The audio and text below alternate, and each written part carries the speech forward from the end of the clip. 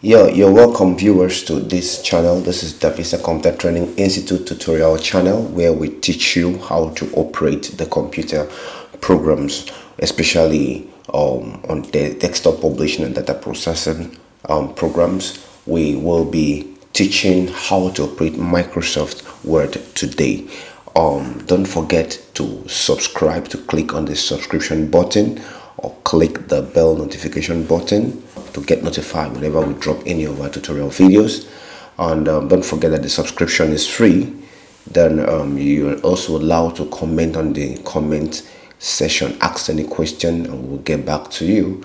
Thank you very much. Now quickly, let us go into today's topic, which is Microsoft Word. Microsoft Word can be defined as a word processing package purposely designed for entering, editing, formatting, and printing of textual and graphical information. Remember, we said that Microsoft can be defined as a word processing package purposely designed for the entering, editing, formatting, and printing of textual and graphical information. When we say word processing, what do we mean? Word processing simply means using the computer for typing, editing, formatting, and printing of text. Wherever you have word processing, you have a word processor. So what is a word processor? This is the program used for word processing, which we can confidently say that Microsoft Word is a word processor. Okay, so how do we run Microsoft Word? Simply click on the Start button, click on All Programs, go to Microsoft Office. We're making use of 2013 version. Click on it, then select Microsoft Word 2013. You click on it and it pops up. So you click on the blank document if you want to start from the scratch, which is what I'm going to do. You click on the Start button, then you maximize. So we have Microsoft Office environment. So don't forget that the first bar here is called the title bar. The second is called the command menu bar.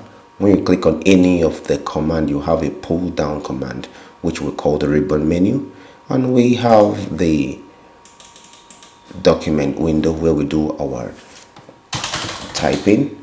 Right, we also have our scroll bar, up and down and the right and left scroll bar. We also have the zoom button.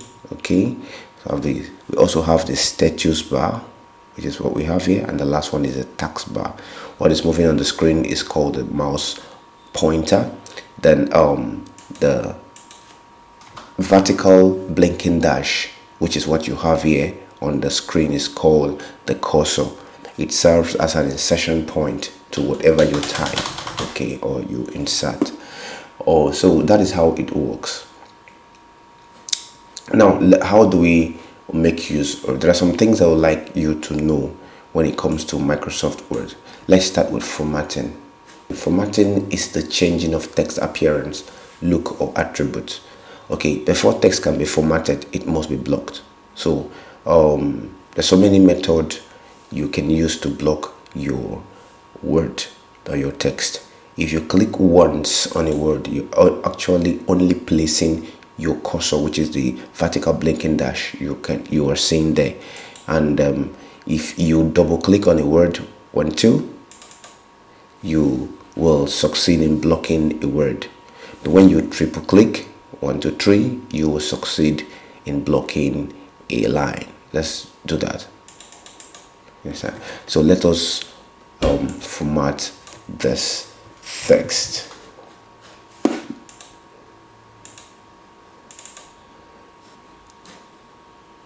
Okay, so let us type a word, formatting a text. So we want to format this, okay, to a desired look. So you can either click at the beginning, click and hold and drag, okay, click and hold from the end and drag to the beginning, or you double click to block a word, or you triple click to block a line. Then having done that, you can click on Ctrl D on your keyboard, Ctrl D, to bring out your font dialog box. So when that is out, you can actually select any font Font is like the handwriting. Okay, select any font you so wish. Just look at this preview button to see how it changes, okay, to what when you get to the one you want or the one you prefer, you select that. Okay, I'm looking for Arial black, so this is Arial black. I click on Arial black, and that's what I have. You can actually change the font style, either regular, italics, bold, or bold italics. Okay, you can actually, let me select bold. Okay, you can actually increase the size. Click here or the top button to go up. Then I am selecting, I want to select 48, so that's what I have. Then you can actually, or let me say 28. Okay, so you can actually change the font color.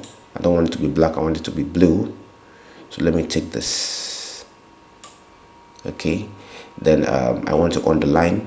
I can choose the underline style I want, and I want this double underline, and I want the underline to have a different color. I can click on red. Okay, then I click on OK, and automatically my text will look this way. So that is how to format a text. If you come here as I'm specifying, you will even be the one to invite others. We have enough equipment here that will help you, that will bring out the best in you. I hope these people are good. Stay come and see for yourself. And I went, and what I saw was wow. Computer engineering, networking, audiovisual, and other courses like desktop publishing and desktop processing. And I came to Davisa. I registered, and truly, Davisa is so great. It's wonderful. I wish you're here with me. The teachers are friendly. They easily impact into me, and I've learned a lot and other things that I never knew I could do. With Davisa, computer is made easy. So I invite every one of you listening to me to come here. The experience is going to be a memorable one. Come and see for yourself. Come and be part of the computer training. You're highly welcome. Alignment is the positioning of text either to the right or to the left. So I can place my cursor on the text I want to align. Go to my home. Under the paragraph, I can select either the left, which is where the text is, center, which is where it is now, or right. I can also choose justify, but I prefer to take center, so I have it on the middle. So since I have it here in the middle, I can actually go over to other things. So right now, let us go to let me type some text. Okay, let me say let me type the Federal Ministry of Health wants the tobacco smoking is dangerous to health. So that's what I have. Okay, I can keep typing, so let me just block and increase and paste this so that I'll have so many write-ups. So let me do that. Okay, alright, so that's what I want to do. Let me keep pasting that. What I actually did was to copy and paste. So if you want to copy and paste the text, you can actually block it, click on your Ctrl+C on the keyboard, or go to your home and select copy. So when I click on this copy, after blocking, I'll go to home, select home, and click on copy. I can place my mouse wherever, my cursor wherever I want to paste it, go back to home and select paste, or I click on my Ctrl+V on the keyboard and I have another formatting text. Now copy and pasting is like duplicating. I have another one. Let me undo. Undo is Ctrl+Z. Click on Ctrl+Z or use any of this button, okay, to undo. Ctrl+Z on the keyboard. Now let me copy this, let me block this, then go back to my home and select cut. Cut is like relocating. So when I click cut, I will no more have the text where I used to have it, I'll place my cursor where I want it to be. Then I click on Ctrl V on the keyboard, or go to home and select paste and select this, and that's what I have here, formatting a text. But let me go back. I don't want it that way. I want it this way, the same format. So I'm taking the first icon there. Okay, so formatting a text. All right, so I have relocated it. It's no more. What I use is cut. That's not this.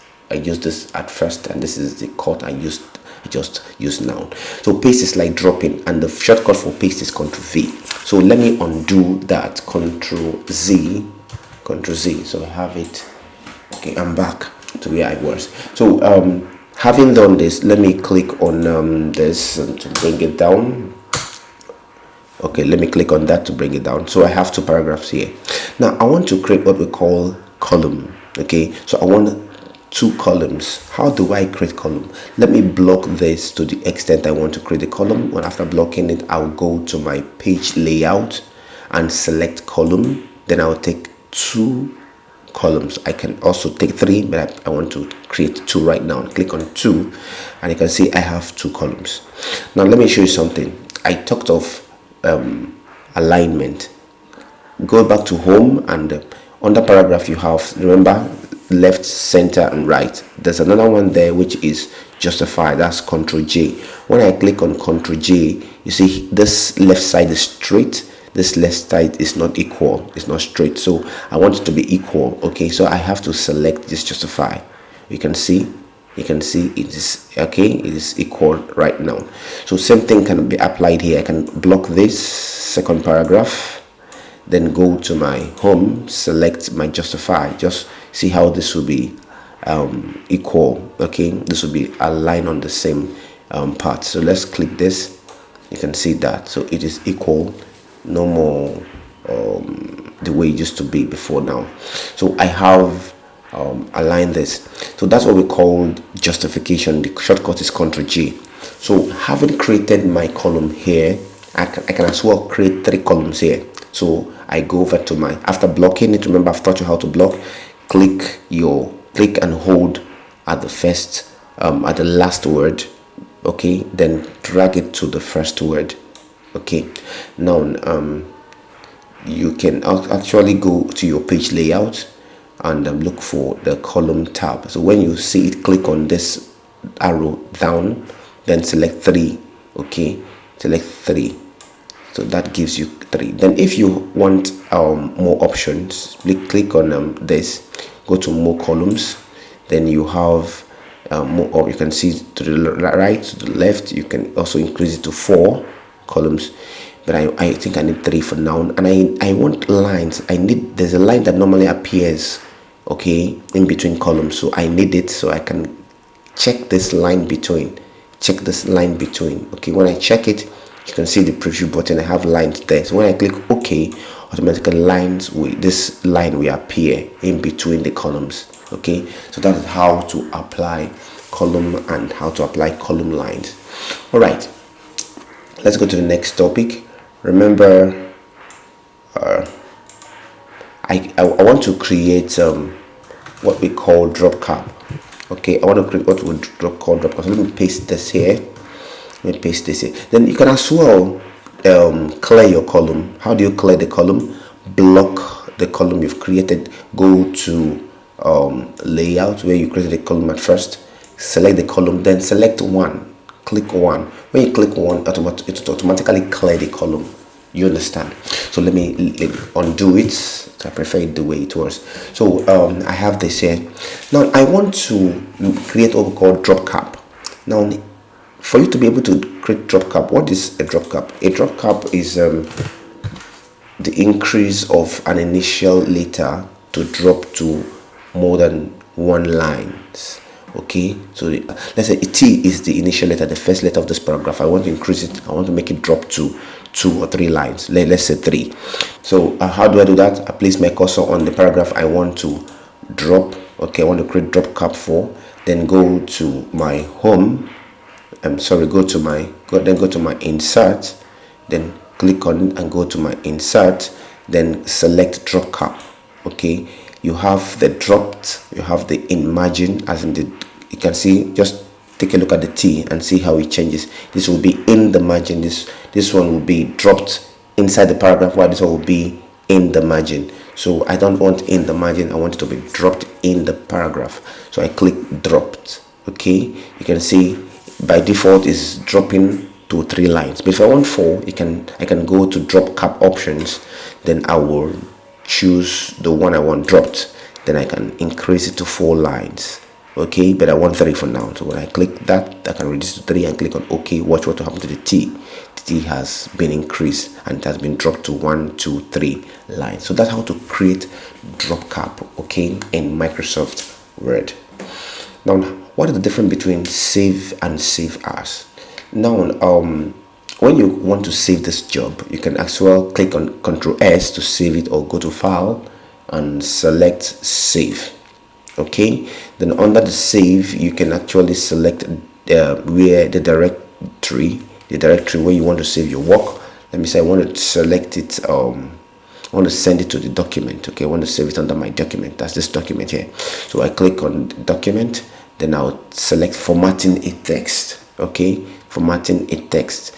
Okay, I can just click on let's say I can save it under the desktop. Okay, let's desktop, or leave it where I selected initially, which is my document. Let me select desktop, then I click formatting, I type the name formatting text, then click on save.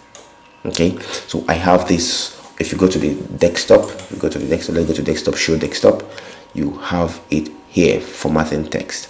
Okay, so let me go back to the document. All right, so having done that, let's go over to save as. Save as is when you have saved your work initially and want to save it into another directory. You can click on save as. Okay, then select the directory you want to save it into. Remember I said I saved it under desktop. Now I want to save it under my document. So click on my document and you can see save. Because if you did not do that and you go back and click on save, it won't give you any option to save into another directory. It will only save it or add whatever you've added to your text to the last directory where you saved your work initially. You get, so it won't give you any option. For example, if I click on file save, you can see there's no option here. It's just sending the additional. Let's say I typed health is and I say save, it will only add this is to where these ones were saved into. So it's like going to the initial directory where I saved the work initially to drop this is. So it's not giving me another option to save into another directory. So you can actually save into another directory after you have saved the work initially by clicking on file and click on save as, and it will give you options, okay, other than the first directory you saved to. So you can select my document, then and select and type in the file name, then click on save. Okay, so that is how this is. You can see that has been saved into another directory. Now that is the difference between save and save as. Please click the subscription button, okay, to get more about training tutorials and videos.